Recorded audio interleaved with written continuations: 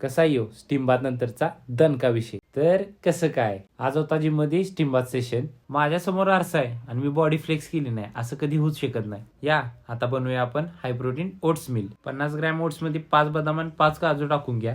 Oats मध्ये मी पेंटोलाचा 0 sugar वाला peanut butter वापरतो. त्यानंतर 4 केळी आणि 250 ml दूध टाकून घ्या. लास्टला चिया सीड्स टाकाय विसरू नका. या मील मधून मला 24 ग्रॅम प्रोटीन मिळून जात. आज होता आपला जिम मध्ये शोल्डर डे.